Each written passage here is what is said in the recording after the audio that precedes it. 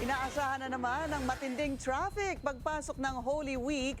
Alamin natin ang mga preparasyon ng MMDA sa agenda report ng ating mobility correspondent, G. Baroga.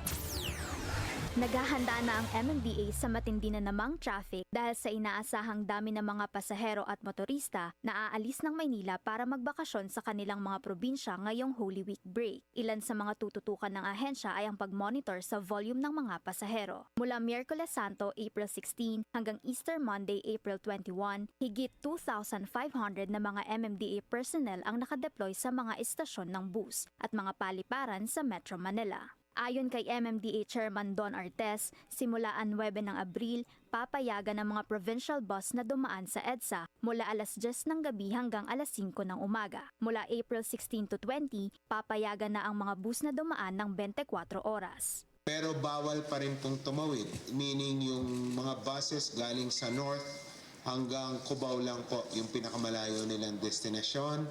Yun naman pong galing south hanggang Pasay lamang. Para higit pang mabantayan ang sitwasyon, 6 na mga portable CCTV ang ilalagay sa mga provincial bus terminal sa EDSA para makita ng mga otoridad ang dami ng mga pasahero. Magkakaroon din ng mga pagkukumpuni sa ilang mga lugar. Marami po tayong i-allow na construction sa ating mga karsada, particularly road reblocking ng 24 hours.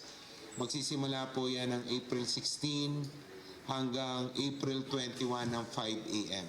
Dagdag pa ng MMDA, may mga towing truck at ambulance na nakaistasyon sa mga piling lugar para sa mga insidenteng kailangan ng agarang aksyon. Ayon pa sa MMDA, automatic na suspendido ang number coding scheme sa Huwebes Santo at Biyernes Santo.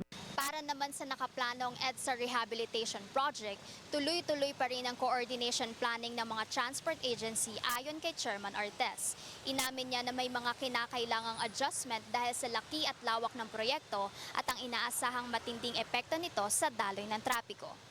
Para sa agenda, G. Baraga, Billionaire News Channel.